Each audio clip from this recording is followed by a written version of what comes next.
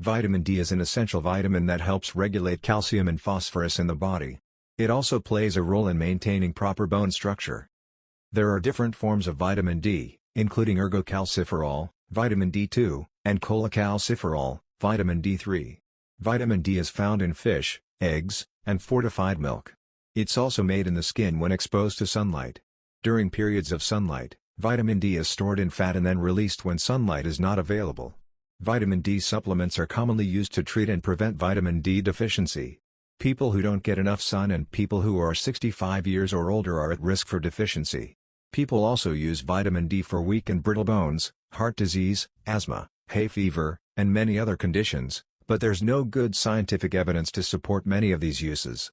There is also no strong evidence to support using vitamin D supplements for COVID-19.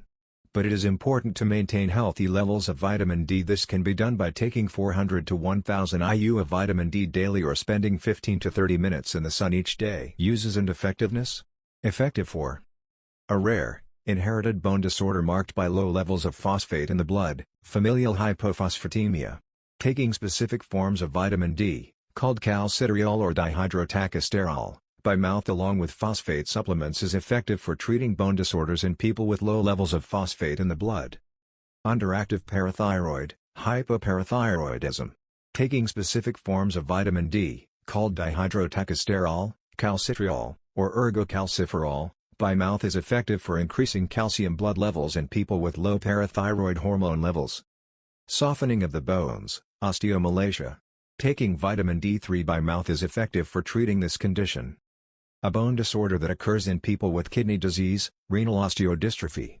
Taking a specific form of vitamin D, called calcitriol, by mouth helps to manage low calcium levels and prevent bone loss in people with kidney failure.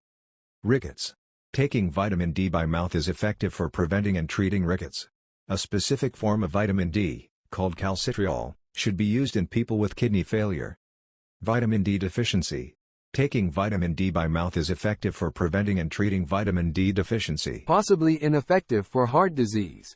Taking a vitamin D supplement by mouth doesn't seem to prevent heart disease, heart attack, stroke, or other serious heart-related events in most people. Critical illness, trauma. Giving vitamin D to people with low vitamin D levels who are in the hospital with a critical illness doesn't make them more likely to live. Fractures. Taking vitamin D by mouth doesn't seem to prevent fractures in older people who do not have osteoporosis. High blood pressure. Taking vitamin D by mouth doesn't seem to lower blood pressure in most people with high blood pressure. But it might help people who have very low blood levels of vitamin D. A mental disorder marked by hallucinations and delusion, psychosis. Taking vitamin D by mouth doesn't seem to improve symptoms of psychosis in adults.